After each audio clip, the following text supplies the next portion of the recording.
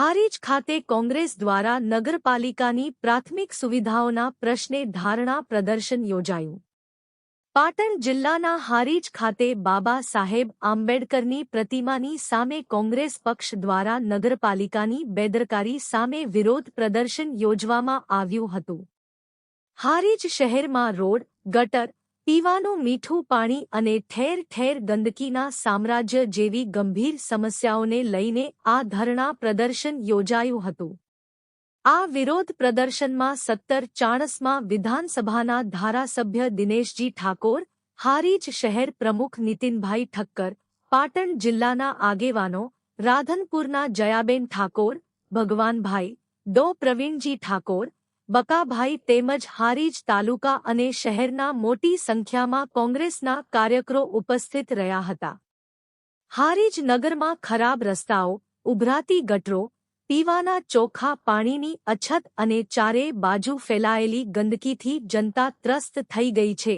સ્થાનિક જનતા અને કોંગ્રેસના કોર્પોરેટરો દ્વારા અગાઉ અનેકવાર લેખિત તથા મૌખિક રજૂઆતો કરવામાં આવી હતી, પરંતુ ઉચ્ચ કક્ષાએથી માત્ર કામ થઈ જશે તેવા ખોટા વાયદાઓ જ આપવામાં આવ્યા છે। જો હારીજની જનતાના આ પ્રાણ પ્રશ્નોનો વહેલી તકે નિકાલ નહીં આવે તો કોંગ્રેસ ધારાસભ્ય દિનેશજી ઠાકોર દ્વારા ઉગ્ર ચીમકી આપવામાં આવી છે કે આગામી સમયમાં ગાંધી ચિંધ્યા માર્ગે જલદ આંદોલન અને કાર્યક્રમ કરવામાં આવશે। Bureau report Mukesh Thakkar, SS2 news, Patan. કયા મુદ્દાઓ લઈને ધરણા કર્યા? આજરોજ હારીજ શહેર કોંગ્રેસ સમિતિ દ્વારા એટલે ખેતરથી હું સીધો આવ્યો હારીજ નગરપાલિકાની અંદર 6 વોર્ડ આવે છે। 6 વોર્ડની અંદર પાણી, ગટર, રોડ, રસ્તા, લાઇટ જેવી જે જીવન જરૂરિયાત ચીજોનો આજે એના માટે નગરપાલિકાની અંદર વારંવાર રજૂઆતો કરી નગરપાલિકાની અંદર અમારા તમામ આગેવાનો, કોર્પોરેટરશ્રીઓ, અમારા વિરોધ પક્ષના નેતા, તમામ આગેવાનો આજે જેટલી વાર ગયા છે એટલી વાર રજૂઆતો કરી છે। હારીજ શહેરની વર્તમાનની વાત જ્યારથી ભારતીય જનતા પાર્ટીનું શાસન આ નગરપાલિકાની અંદર આવ્યું છે ત્યારથી આજ દિન સુધી ફક્ત ને ફક્ત એમનો ભ્રષ્ટાચાર રસ્તો હારીજ નગરની અંદર એમનો કોઈ નગરપાલિકાની અંદર એમના જે પ્રાણ પ્રશ્નો જે છે પ્રજાના એમને તમે ઠેર ઠેર જોઈ શકો છો।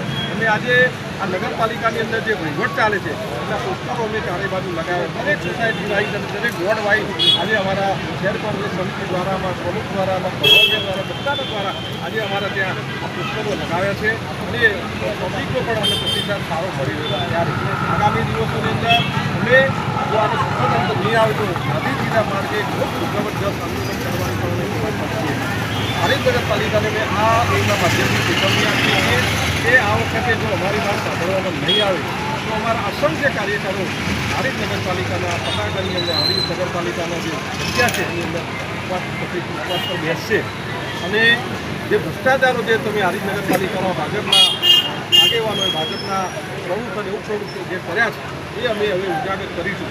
દર વખતે હારીજ નગરપાલિકાનો કોઈનો એક પ્રશ્ન સંકલન સમિતિની અંદર મેં લીધો, પણ આજ દિન સુધી પણ જિલ્લા કલેક્ટરશ્રી હોય કે બીજા અન્ય અધિકારીઓ હોય એમનો જવાબ સંતોષકારક મળે પણ એનું નિરાકરણ આવતું નથી। આ નિરાકરણ માટે અમે અહીંયા બધા એકત્રિત થયા।